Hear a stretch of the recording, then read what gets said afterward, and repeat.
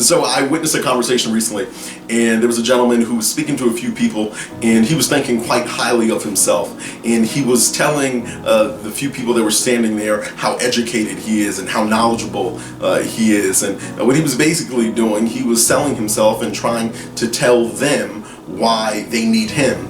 But when I thought about it and when I watched what was going on, I was thinking about what he's really doing is telling them why they need him, because he really needs them to need him.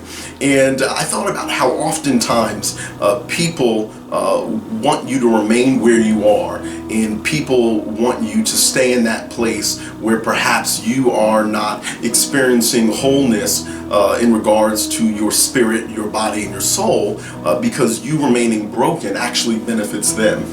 There are some people who preferred and liked you better when you were self-destructive, and part of that is because, you know, there is something that your brokenness gives them that makes them feel of worth, that makes them feel of value. It's kind of like in Charles Dickens' Tale of Two Cities, how he said it was the worst of times and the best of times.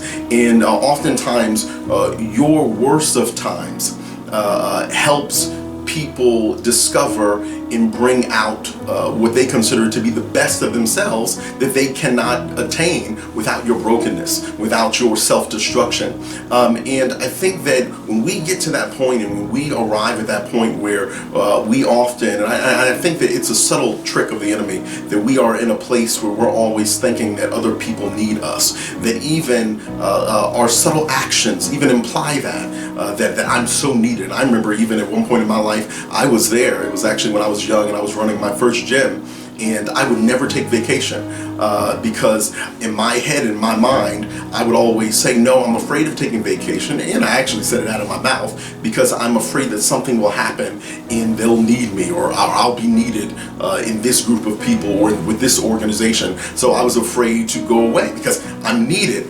And I think that sometimes when we remain in situations, when we remain in circumstances, or even we continue to be tied to associations based upon what others may need, and of course we are the ones who can provide those needs only, that we put ourselves in this position where we become the savior in the situation, the savior in the organization, the savior in the relationship.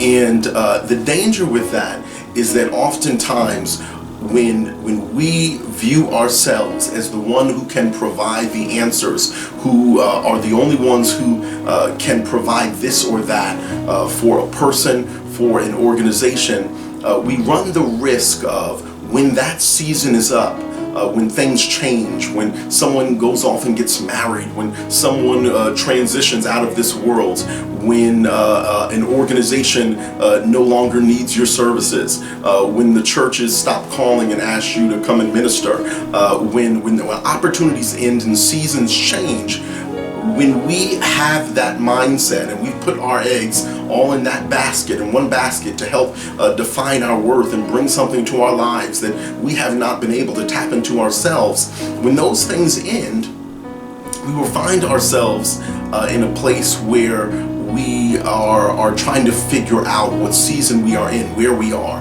You know, the psalmist said, teach me to number my days. And it is a dangerous place, because not only will you not know what season you're in, but then you won't even know who you are. And it's kind of like, in Ephesians 4, when it talks about that you will be tossed by every wave and you'll be blown by every wind. And that's what happens when we don't know who we are. When we don't know who we are, it's difficult to identify what season I'm in. And when you don't know what season you're in, you run the risk of doing things that are not according to your pattern. You'll find yourself operating and involved with behaviors that you never thought you would be in.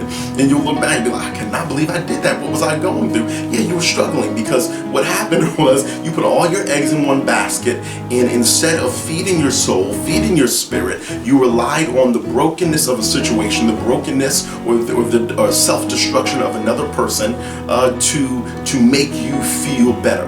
Their worst allowed you to bring out something that you considered to be your best. So I think that we've got to be careful when we are in those subtle situations where we start thinking to ourselves, I'm so needed, I'm so needed. But you've got to recognize who you are, what manner of man you are, and when you really identify who you are, when you identify your worth, in that you doing what you need to do in life is not dependent upon what others are in need of from you, what circumstances and organizations have for you to do that you provide or you fill that need. No, because the reality is that you've got to be so grounded and so in tune with the pattern that God has for your own life, that if the circumstance changes, if the organization loses funding, if the relationship ends, if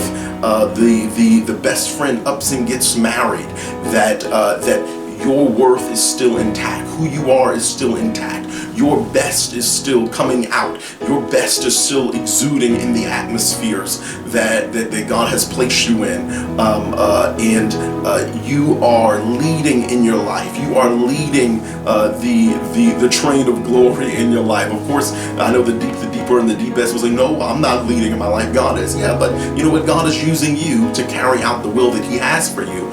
And you cannot effectively lead if you are desperately in need of people.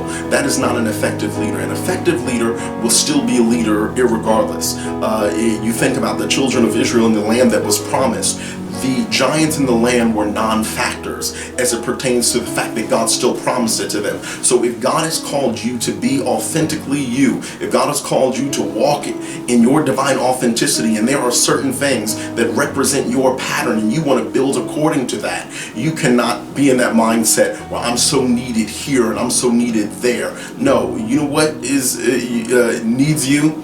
God needs you to be you and consider those other things non-factors. Yes, you may be used to be in association with a group of people or with a person. Yeah, God is using you, but guess what? If those things end, they're really non-factors, because you're going to still keep on leading, you're going to still keep on moving, you're going to still keep on growing. So be careful with that I'm needed syndrome, I'm needed trip. Don't think so highly of yourself.